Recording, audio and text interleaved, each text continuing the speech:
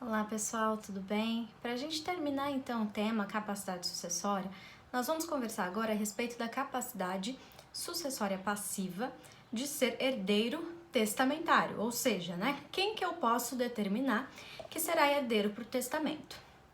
A gente conversou na última aula que poderia ser herdeiro legítimo desde que a pessoa existisse no momento da abertura da sucessão, ok? Então, a regra geral é que, existindo no momento da abertura da sucessão, você pode ser herdeiro legítimo. Se você só foi concebido na abertura da sucessão para receber o valor, ou seja, para efetivamente ter esse direito à herança, você precisa do nascimento com vida. Ok, isso aqui é um resumo bem rápido do que a gente viu na última aula. Então, hoje nós vamos conversar sobre quem pode ser herdeiro testamentário. E pode ser herdeiro testamentário todo mundo que também é herdeiro legítimo. Então, quem existir no momento da abertura da sucessão também pode ser herdeiro testamentário. Quem mais? Bom, o artigo 1799 traz o rol de pessoas que podem ser herdeiros testamentários. Eu vou ler para vocês o artigo, olha só. Na sucessão testamentária, podem ainda ser chamados a suceder os filhos, ainda não concebidos, de pessoas indicadas pelo testador desde que vivas esta ao abrir-se a sucessão. Esse inciso primeiro vai falar da chamada prole eventual, que a gente vai ver em mais detalhes mais para frente. 2. As pessoas jurídicas. Então, diferente lá dos herdeiros legítimos, que nós não temos a previsão de pessoa jurídica, aqui, para herdeiro testamentário, nós temos. 3. As pessoas jurídicas cuja organização for determinada pelo testador sob a forma de fundação.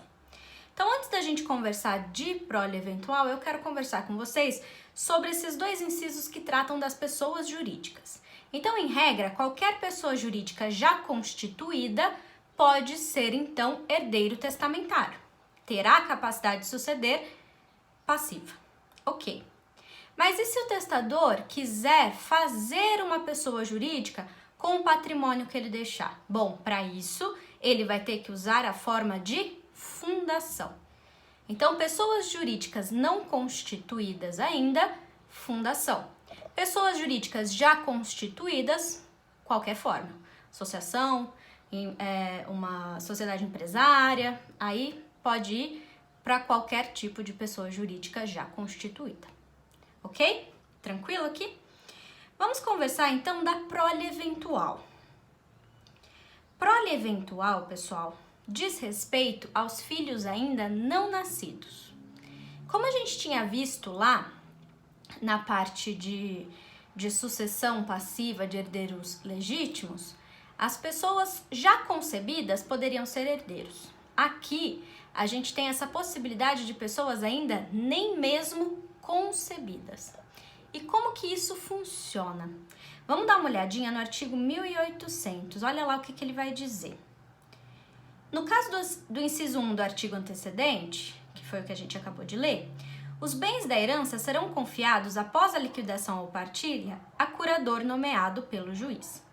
Então, a gente tem aqui a determinação de uma pessoa que vai ficar responsável pelos bens da prole eventual. Então, vamos pensar que um pai quer deixar para os filhos da sua filha, que ainda não nasceu, alguns bens da sua herança. Então, ele vai lá por testamento e deixa esses bens para os filhos não nascidos da sua filha, ou seja, seus netos. Isso é uma forma até que ele faz para tentar incentivar a filha a ter filhos, porque o desejo dele era ter netos, então ele estabelece isso no testamento como uma forma de incentivo para a filha. Essa filha nem casada é ainda. Ok. Passa lá 10 anos, esse pai vem a falecer. Se essas crianças já existiam no momento da abertura da sucessão, problema nenhum, concorda? Se elas já existem, eu não vou precisar nem ter esse curador aqui nomeado. Já passo diretamente para eles, porque eles existem no momento da abertura da sucessão. Mas e se essa filha ainda não tiver tido esses filhos? Se ela vier a ter esses filhos só 10 anos depois da morte do pai? E aí, essas crianças vão ter direito a receber? Todo esse tempo vai ficar com um curador? Como é que isso vai funcionar? Pessoal, o código vai estabelecer o prazo de 2 anos contados da abertura da sucessão. Então, para essa prole eventual vir a existir e receber herança, ela vai ter que ser, no mínimo, concebida, aí de novo lembrando lá da aula da capacidade sucessória dos herdeiros legítimos, então ela vai ter que ser, no mínimo, concebida em até 2 anos contados da abertura da sucessão, ok? Vamos ver os incisos desse artigo 1800, então. Olha só. Salvo disposição testamentária em contrário, a curatela caberá à pessoa cujo filho o testador esperava ter por herdeiro e sucessivamente às pessoas indicadas no 1775. Então aqui é a escolha do curador. Como que ele vai ser escolhido? Nesse exemplo que eu dei, o mais óbvio, e é o que geralmente acontece, vai ser a própria filha dele, né, mãe das crianças que vão nascer, que vai ser a curadora desses bens. Olha lá, parágrafo 2º. Os poderes, deveres e responsabilidades do curador, assim nomeado, regem-se pelas disposições concernentes à curatela dos incapazes no que couber. Ou seja, a gente aplica as regras lá que a gente viu de curatela e tutela, lá no direito de família. Então, a gente vai aplicar aquelas regras aqui, ou seja, vai precisar de prestação de contas, enfim, né?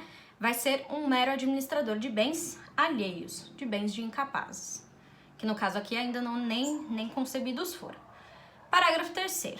Nascendo com vida o herdeiro esperado, ser-lhe-á deferida a sucessão com os frutos e rendimentos relativos à deixa a partir da morte do testador. Então, por isso que a gente tem também essa prestação de contas, porque tudo que vier a dar de frutos aqueles bens também são herança da prole eventual. Olha lá, parágrafo 4º. Se decorridos 2 anos após a abertura da sucessão não for concebido o herdeiro esperado, os bens reservados, salvo disposição em contrário do testador, caberão aos herdeiros legítimos. Então aqui é aquela ideia. O testador deixou para a prole eventual e não trouxe substituto? Bom, é aquilo. Na ausência de manifestação do testamento, a gente aplica a regra dos herdeiros legítimos, ou seja, a sucessão legítima, que está lá no 1829, a regra da ordem de vocação hereditária. Tudo bem, pessoal, até aqui? Tranquilo? Então, a gente viu quem pode ser herdeiro testamentário. Agora, nós temos, no 1801, aqueles que não podem ser herdeiros testamentários. E se vocês lerem o 1801, vocês vão perceber que aquelas pessoas que auxiliaram na elaboração do testamento não podem ser também herdeiros testamentários. Qual que é a ideia? Que a pessoa não tenha nenhum interesse naquele testamento que está sendo feito, obviamente.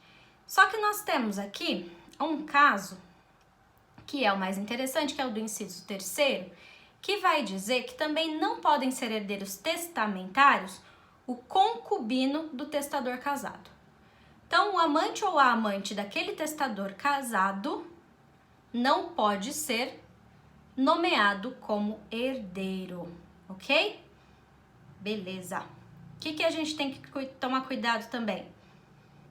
Que o código também vai dispor que não só o concubino, né, não só a sua pessoa, mas também pessoas próximas a eles, em que for entendido que há uma espécie de simulação. Então, por exemplo, determinada pessoa quer deixar uma quantidade de bens para o concubino, mas fala, não vou deixar para o concubino, porque vai ficar muito na cara. Então, eu vou deixar para a esposa ou para o marido da concubina. E aí, pode? Não, não pode também. Certo? Que é o que vai falar o artigo 1802, olha lá. São nulas as disposições testamentárias em favor de pessoas não legitimadas a suceder, ainda quando simuladas, sob a forma de contrato oneroso ou feitas mediante interposta pessoa. Presumem-se pessoas interpostas, ascendentes, descendentes, irmãos e o cônjuge ou companheiro do não legitimado a suceder. Então, eu não posso deixar para o marido da concubina, para o filho da concubina, não posso deixar para o filho da testemunha do testamento, nem para o seu cônjuge, enfim, né? Porque senão seria uma forma de fraudar a regra aqui da capacidade para suceder. Em relação ao filho da concubina, a gente tem que tomar cuidado. Porque se o filho da concubina também for filho do testador, a gente não tem essa limitação. Por que não? Porque todos os filhos são iguais para fins sucessórios. Independentemente de ser um filho que o Código Civil de 16 chamaria de filho adulterino. Mas aqui a gente não faz mais esse tipo de diferenciação, ok? E aí, para terminar, eu quero deixar uma perguntinha para vocês, que a gente vai conversar mais sobre ela lá na nossa aulinha no Teams, no Microsoft Teams. Podem animais terem capacidade sucessória? Ou seja, eu posso determinar por testamento que um determinado animal, né, um animalzinho de estimação meu, seja o meu herdeiro? A gente vê isso então, pessoal, na próxima aula. Não percam. Até mais. Tchau, tchau.